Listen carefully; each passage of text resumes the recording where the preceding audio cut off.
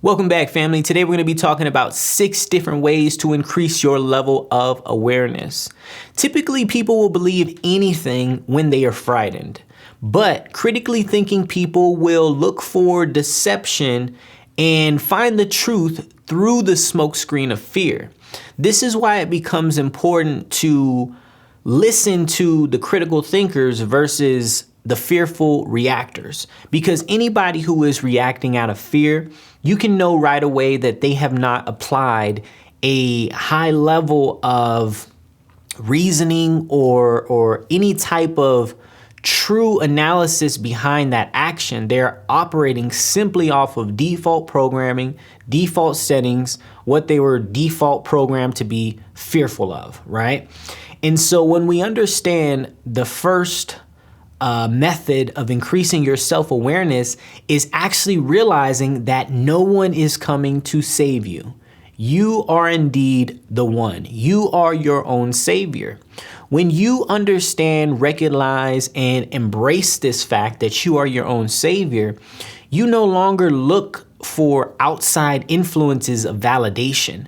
Things such as money, cars, relationships. A lot of people hinge so much of their internal happiness upon these things, and they tell themselves things such as, well, when I get this job, I'll be happy. When I get married, I'll have this and I'll have this level of contentness. And this is a form of idealistic thinking, but it's not very practical. So when we talk about practical terms, right? What does it mean to save yourself in a practical manner? What that means to me essentially is the ability to not allow any outside influence to dictate whatever it is that you wish to do. If you have the ability to observe the outside influence, but keep it separate from self, the observer, and understand the motives of self versus the potential motives of an outside or external influence, when you're able to understand both of these polarities, in essence, you can kind of understand how they ebb and flow between each other. So when we are in a victim mentality, we are only focused on victim solutions that can be provided by another outside entity, some form of assistance that has to be offered by another outside entity. And so when we think about what it means to truly be a victim, being a victim is nothing more than giving up your voice, giving up your ability to dictate what it is and isn't that essentially makes or breaks your existence. You are able to define what is truly an obstacle and what is just a minor inconvenience. And when you understand this, you are able to navigate and to circumvent the obstacles that are thrown in your way in a much more effective manner. So when it comes to the second method, listening to yourself more and less to others. This is so important because if you think of your mind like a single string of yarn, right? And this is your stream of consciousness. It's just this single string. When we begin to come into this world and we just experience world as an observer, certain people might tie their string onto our string, okay? And so now we've got all these other strings to the point to where now, fast forward some years down the road, we've got a tangled up barn of yarn, okay? And so now you're not sure where your string starts and ends, and you're not sure where where your mother's string starts and ends. Everything just becomes a jumbled up mess, and you're not even sure what it is that you truly want. And this comes from, again, listening to others more than yourself.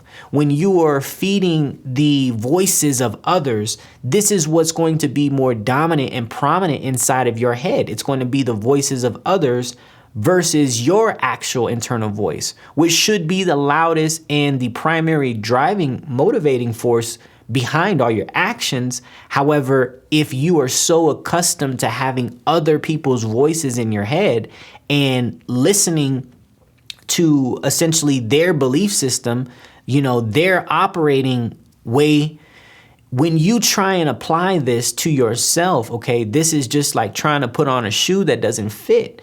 If the shoe doesn't fit, it's going to be uncomfortable. Maybe you can't even get your foot inside of the shoe. It's too small, or it's too big. And again, this is uncomfortable. You need a shoe that fits you properly. And the way you can do this is by understanding what it is that you value. You value as an individual. See, every one of us has a different meaning of what is valuable. So what some people may find valuable is not going to be valuable to others. And that's okay. That is a fact of this reality, right? However, you cannot allow others to diminish your sense of internal value just because they are more confident in expressing the fact that they recognize their own internal value in having their own voice and vocalizing that, expressing that. So the third thing is unleashing your inspiration and creativity. This is something I struggled with a long time. The reason being is because I was under the assumption previously that someone had to come tap you on the shoulder and let you know, hey, you've been doing a great job. You've learned so much. You've now reached a level of mastery that you can go forth and go teach, or go forth and go execute, go forth and do what it is that you wish to do, right? I was under the assumption that somebody was going to come and tell me, hey, you're good now. Take off, kind of like a air traffic controller, somebody who was going to validate my parking of sorts. But it's what I've realized is that it's you. You are the air traffic controller and the person flying the plane. So you have to give yourself clearance, but you also have to be in that plane, have everything ready to go on the runway, ready to take off. And when you are understanding both of these positions, right, as the air traffic controller, their primary function is to ensure the safety of all the planes entering and leaving that vicinity, right? Let's say that is their primary function. So if their primary function is the safety of entering and going, right? Let's now say that the air traffic controller is an actual entity within our mind that is responsible for the thoughts that come and go, right? Let's say that there's an air traffic controller in our mind, and this entity, this energy, is controlling which thoughts can take off and which thoughts are not able to take off or not able to land, right? And so they have to be redirected somewhere else. Unless you are practicing thought diffusion and you are able to separate yourself from your thoughts, again, it becomes extremely difficult to practice this exercise and to visualize your thoughts being separate from self. But you have to understand your thoughts are fundamentally separate from self.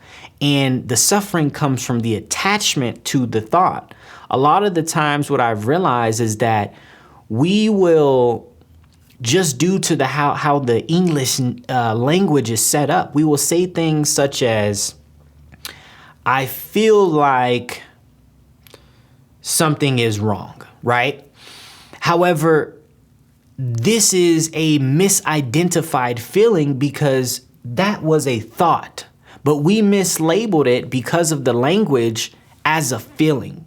And so this is where you get the idea and the term of being in your head too much, because you're actually not utilizing your heart chakra and what your heart truly desires.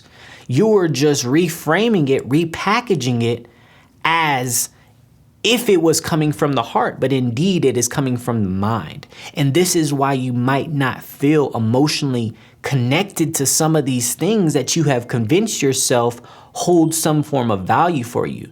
You may begin to realize that these things no longer hold the same value because you recognize that value is something that is on a spectrum. Value is something that is ever changing. You know, what we value as a child, we may not value as a 65-year-old adult. And this is because our needs change.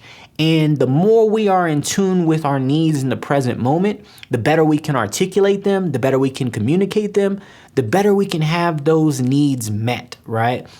I tell people all the time, you can't assume or you can't wear a mask and show up to a party and operate utilizing this mask, right, in a symbolic and a literal sense of actually covering your true intentions, right? Let's say you were feeling sad, but instead you masked that sadness with happiness, okay? You cannot be upset when people respond to your happiness with more happiness and they try and multiply that. And you get frustrated internally because it's like, no, I'm sad. I want people to see I'm sad, but you're not expressing sadness. You're masking it and you're expressing happiness. So it's you putting out essentially false signals, but hoping to receive real support. That doesn't make much sense when you think about it. If you want real support, you have to show up in your real authentic state, regardless of what the truth is, regardless of what the circumstances are. You have to take full accountability and own that, because that aspect of yourself is a part of you. And by trying to dismiss it, by trying to depress it, by trying to remove it, it is only going to agitate it. Because how would you feel if somebody was constantly trying to negate your existence and trying to take you out and act as if you didn't exist? When you know very well that you are living, breathing, and consciously sitting here aware today. That wouldn't make any sense, and it would make you feel some type of way. So you have to apply this same logic to your body, because your body is intelligent. And so when you try and push these certain areas off, right, this is where disease comes from. You're manifesting this disease because you are not listening to the body. You're not listening to the subtle language of the body. And when you miss all the subtle signs that the body has been giving you, well, guess what? Now it's got to get louder. Now it's got to get more painful. Now I have to turn up threshold so that you can hear me. And this is what the body is doing via disease. The opposite of disease would be considered at ease. If you were at ease, that would be a state of rest. But how many of us are giving ourselves, our body, our psyche, this actual rest? This is something we've been programmed and instructed to essentially put on the back burner, to trade in for this type of hustler mentality that will only lead to an eventual burnout. When you understand pacing, when you understand your pacing, there's no such thing as you getting burnt out, because you can understand and recognize all the signs prior to you getting to that point. By the time you get that cold, you've already worked your body so hard that there is very little resources left. So your immune system is so low that it's easily compromised by anything at this point, because you have depleted all of your inner resources, and you may not have deployed those resources in the most efficient way. The best way to know if you're deploying resources in an efficient way is, one, to look at your results, because your results are going to tell you everything. If you're getting the results you want, obviously your technique is effective. Regardless of what it is, regardless of how it works, if it's effective and if it produces the results you want, it's a win. That's a win in my book. Because each and every one of us down here is attempting to do the same thing. We are attempting to make reason of a situation that is seemingly unreasonable. And in the process, we may be trying to intellectualize the magic by overthinking and thinking that every aspect can be explained, that every aspect has a clear-cut explanation that will be digestible and be able to be understood by everyone. And I don't believe this to be the case. I believe that there are some things that far exceed our ability to compute. And so we have to minimize it. We have to make it smaller. We have to deal with it in terms of numbers, in terms of science, because this is all about reductionism. Reductionism is about reducing the whole into the sum of its parts so that you understand how the parts work together. Once you understand how the parts work together, it's a basic system. You are filtering out so much information through the use of reductionism just to get to a simple explanation. And this simple explanation is what appeases you. It creates a level of contentness at the time until you have another question and continue that search for journey. So the fourth thing is taking yourself wherever you want to go in life and not waiting for anyone to do it. This is so important, family, because until you do this, you will never realize the power and the joy that comes from actually spending time with yourself and seeing what you like, seeing what you enjoy. You know, for the longest time, I used to be scared to just go out to eat by myself. And that's so weird to me hearing me say that now, because it's just like, how many times have you eaten alone in your life? But there's just this weird social stigma of, oh, well, I must, go to a restaurant with somebody. It's going to be weird if I sit down by myself, or it's going to be weird if I go to a movie by myself. And again, this is just programming, family. This is outdated, antiquated, not useful programming at all. You can't think in those terms, because until you do the things for yourself that you would like others to do, you're not going to have a level of gratitude, a level of appreciation, and you'll never truly understand what it means to give, because I fully believe that giving is the ultimate thing you can do. Giving is the ultimate. It's the ultimate form of sacrifice in this universe, right? Because while anyone can receive, while anyone can take information, not everyone can give information that is effective. And this is what's important. If you have the ability to give information in an effective manner, okay, this is if we look at art versus design for a second, right? Art is more of a subjective concept, whereas design is about communicating. When we look at design in marketing, for instance, right? What we are trying to do via design is we're trying to create a call to action. We are trying to create a action from the viewer, from the person that is observing that piece of design.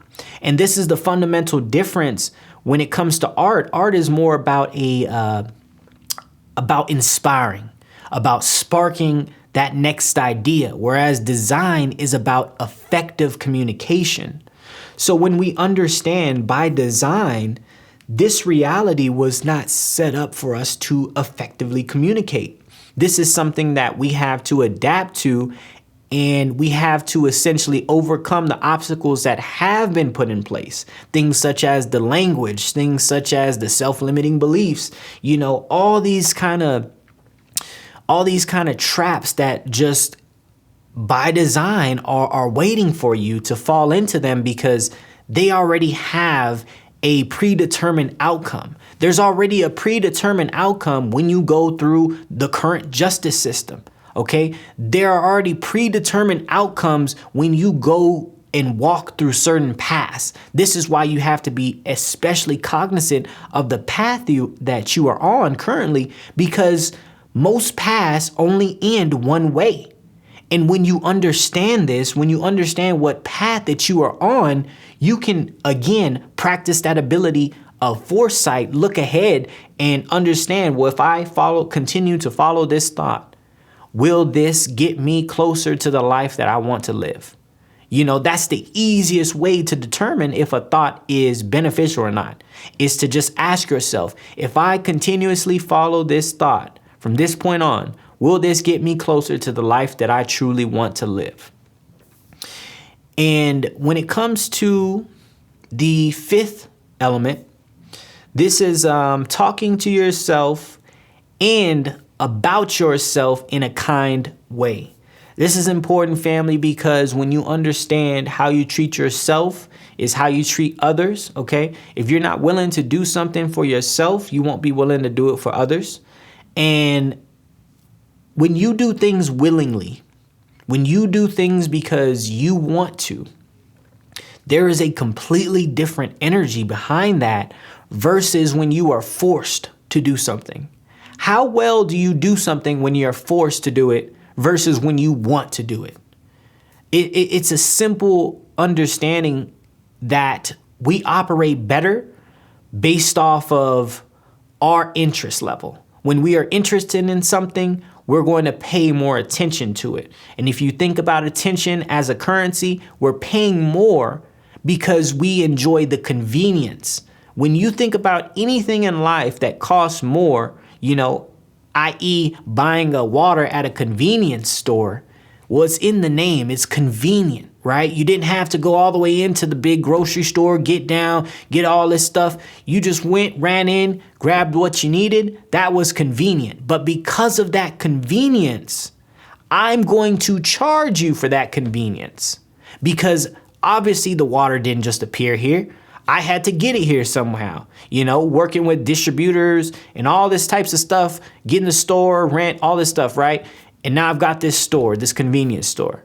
Well, I'm going to charge you for that convenience because, again, it's not about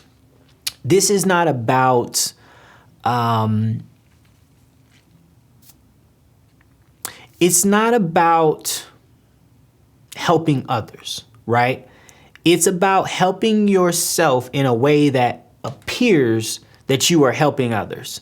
And this is where things get tricky, because when somebody does something good, right? They give back to their community, they volunteer some way, they impact in some positive way, right? Other people's lives. Well, this is again a byproduct of that person doing what they willingly wanted to do.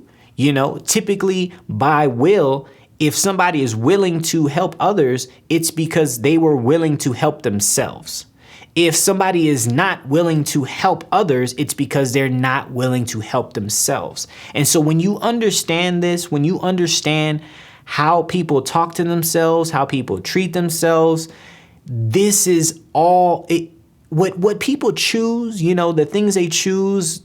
This all says so much more about the individual than it will ever say about you.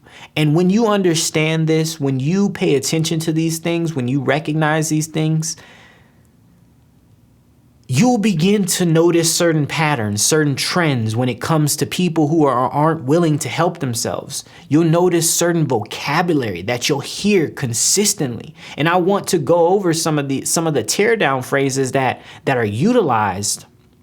But when it comes down to it, it is about the relationship with self, because the relationship with self dictates the tempo for all the other relationships in your life. If you are ruthless and not compassionate at all towards yourself, you're going to be that way with everybody in your life. And again, I don't want to diminish anybody's archetype in essence, because again, if you are supposed to be a bad guy, then you need to be the best bad guy. If your purpose is to be a villain, then you need to be the best villain you can be. I think a lot of times what people don't understand is that we have systems before us, such as the water system, right? How you can turn on a faucet and have running water. Well, understand this, family. You are not paying for the water. The water is free, okay? The water's on the house. What you are paying for is the pipes, is the design, is the engineering involved to get said water from the source to your tap. That is what you're paying for. The water is free. You see what I'm saying? But you're paying for the infrastructure because you would like to have water when you turn your tap. And so because of that, you pay for access to the design, not the actual technology itself, not the water itself, but rather the design. That is what you are getting access to. That's what you're paying for. Okay? Because again, you could go out in nature and get some free water, but is that same water gonna be right outside your door? Is it gonna come into your house and into your tap? No, that is convenience. And what do we say about convenience? I'm gonna charge you extra for convenience. Anything in life that makes your life any more convenient, I'm going to charge you extra for. Because as you get older, you notice that you pay more for convenience. That's just a fact of reality. Oh, I can spend 3 hours in traffic or pay this toll road and skip past it all. Oh, let me pay that. That is convenient. And when you train your mind to operate on what's convenient rather than what is the actual reality and what is best for the situation, this is where it becomes dangerous, because then you're operating off of an assumption that everything is going to be convenient. And when it's not convenient, it becomes a major debilitating factor, and it really truly breaks you down in a way because you were not anticipating that. You were not looking out for that, forecasting that. So it comes as a surprise, and it's something that you have to adapt for. So the final way to increase self-awareness is by acknowledging that you are a creator. When you acknowledge that you are a creator, there's no such thing as no solution. There's no such thing as impossible. There is only the time in between you discovering the problem and the time of you discovering the solution. That time in between, let's call that the analysis period, right? If we call that the analysis period, the time from when you discover the problem, from when you apply the solution, in between that time there, okay, is going to be highly dependent upon your perspective.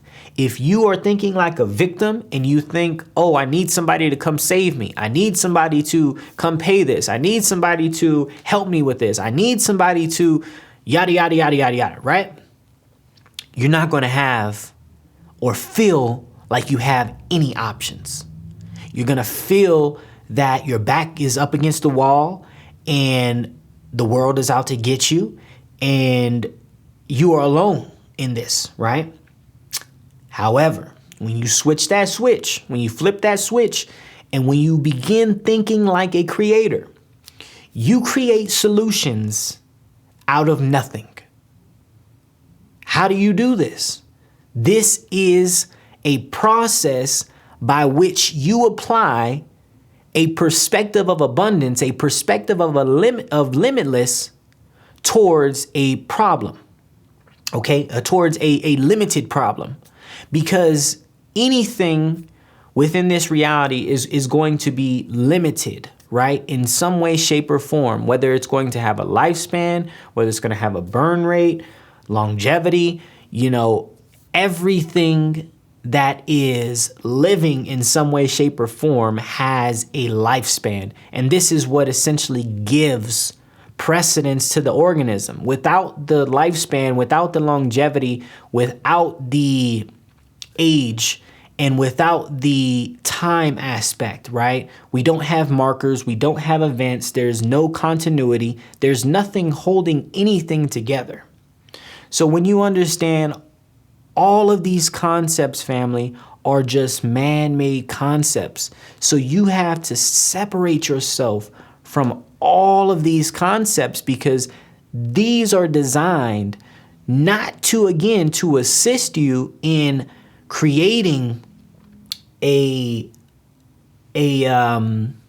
creating an ideal environment, but rather to create more confusion.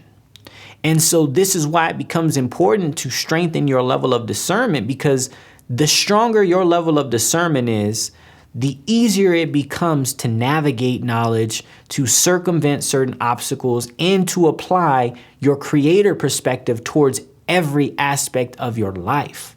When it comes to vocabulary, I want you to focus on using certain build-up phrases. And these build-up phrases are going to fundamentally change your reality as you begin to implement them and remove the teardown phrases. So some of the build-up phrases are: I am, I can, I will, I have, is effortless, with ease, I receive, I believe, I can, do, have, and achieve anything. Okay? These are build-up phrases. These are phrases that you want to use in your vocabulary to build up yourself.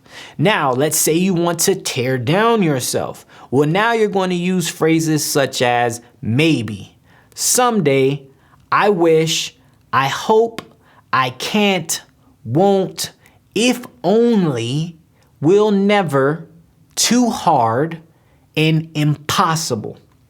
These are tear down phrases, family. These phrases, when you use them in your vocabulary, any of the ones I just listed or just said, this is going to tear you down. This is going to reduce you to a victim and helpless state. This is not going to empower you and give you the tools you need to see that you are successful in any situation. The way you can see to it that you are successful in any situation is to implement and to practice utilizing these build-up phrases. I am, can, will, do, have.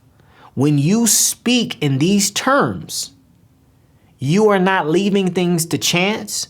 You are not leaving things to somebody else. You are taking full accountability, full responsibility, and you are getting it done. And that's the best thing you can do, family. Do the best with what you have been given, and everything else, understand it is not for you to control. You can't control everything, and thinking that you can will only get you stuck in a loop of misery and depression. There's no other way.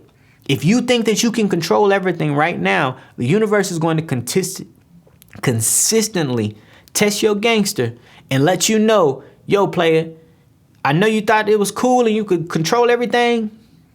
Nah, that's not the case. You can't. You cannot. You will not control everything. But you can always control your perception. You can always control your reaction. And you can always understand that not everything warrants a reaction. When you understand these fundamental things and when you practice the techniques that I've discussed today about increasing your level of self-awareness, as your level of self-awareness increases, you become made known of solutions that, again, you didn't even know existed. And this is just by expanding your level of awareness. This is by increasing your sensitivity to positive outcomes and solutions versus looking for negative outcomes and negative solutions that won't assist you in creating the life that you ultimately want to live. That's what this is about for me, family. Giving you the tools so that you can live the life that you want to live unbothered, and that your mind can be your best friend. Because for a lot of us, our mind has become a war zone.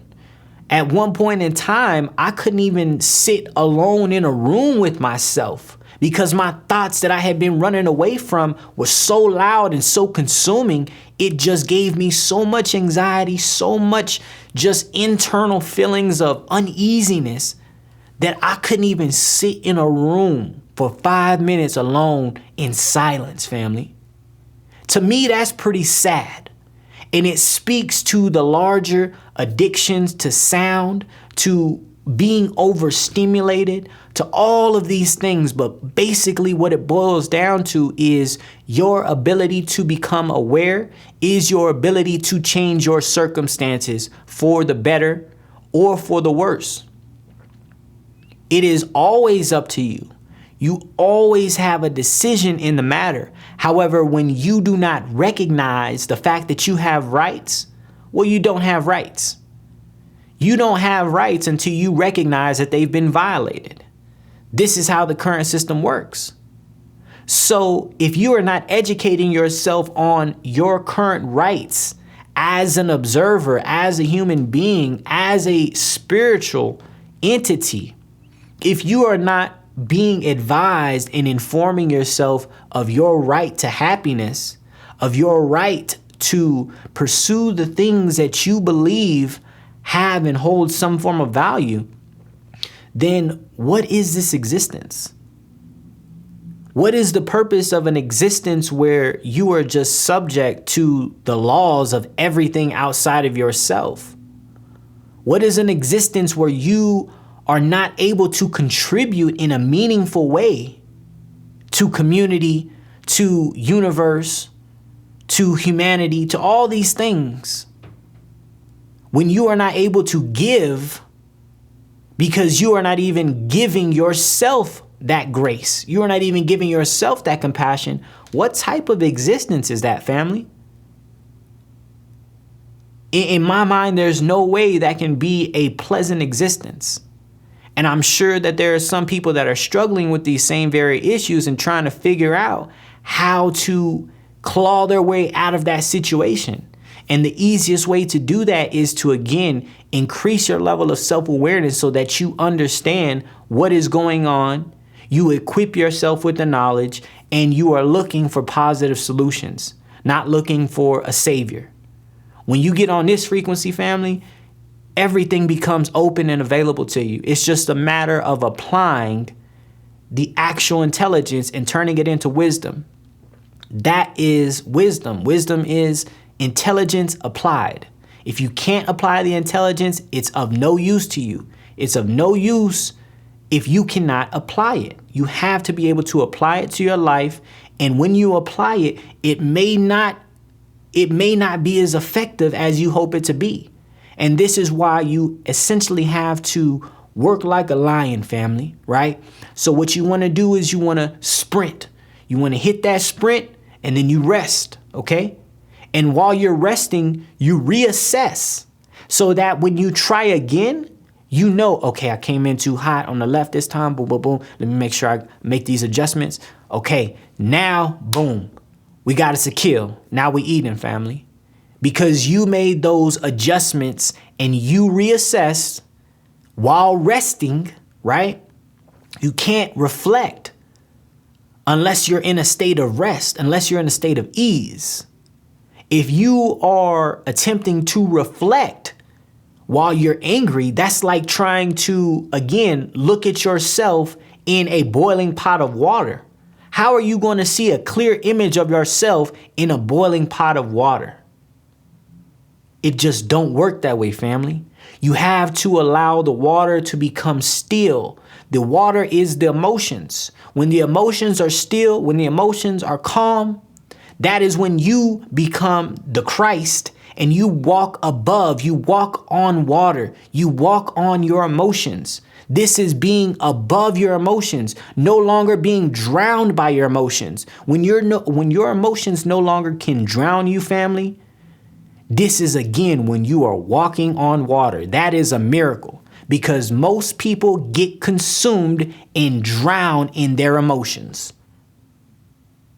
However, if you hold the ability to walk on water, i.e., raise yourself above your emotions, not separate, not kill your emotions, not become emotionless, but walk on top of them, family. Allow them to be the foundation that which you walk and travel across. When you allow your emotions to become a foundation and not an environment, well, now we're talking about an entirely different reality. Well, now you're not wet all the time. Now you're not so emotional all the time. Now what can we do? We still have access to all that water, but it's not our state of being. We are not immersed in the emotions to the point to where we can no longer separate ourselves from the emotions. So when you create separation is key for everything, family. Everything that I'm talking about, you got to be able to separate self. You got to be able to separate your thoughts. You got to be able to separate your relationships. Your everything essentially should become compartmentalized.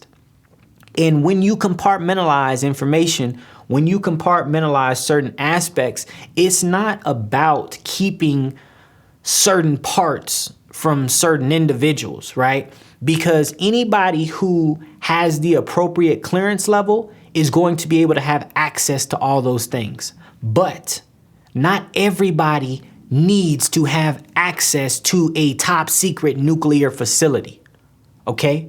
And this is your internal reality. This is your internal universe. Why would you give a stranger the keys to an entire nuclear facility? You don't know anything about this person. You don't know anything about their motives, what motivates them, what's driving them, who they're working for, who their agent is, who they're serving, none of this. You know none of this information, yet you would allow this person to just go in and start turning buttons, start pressing buttons, start turning stuff on. That doesn't make much sense to me, family. And I hope you feel the same way and won't allow just anybody access into your universe. This is why it's important to compartmentalize. And as you increase your level of self-awareness, you become more efficient in compartmentalizing and you understand why it's effective. Why it's effective to just quarter off certain areas so that in the event of a emergency or flooding, guess what? We won't lose the whole ship because we've already set a boundary. And so, yeah, let's say we lose these other lower spaces to flooding. Well, guess what? The ship is still functional. The ship is still operational. We are still in the fight. And as long as we are still in the fight, again, there's a mission to be done, family. So this has been how to increase your level of self-awareness. To the next time, family. Peace.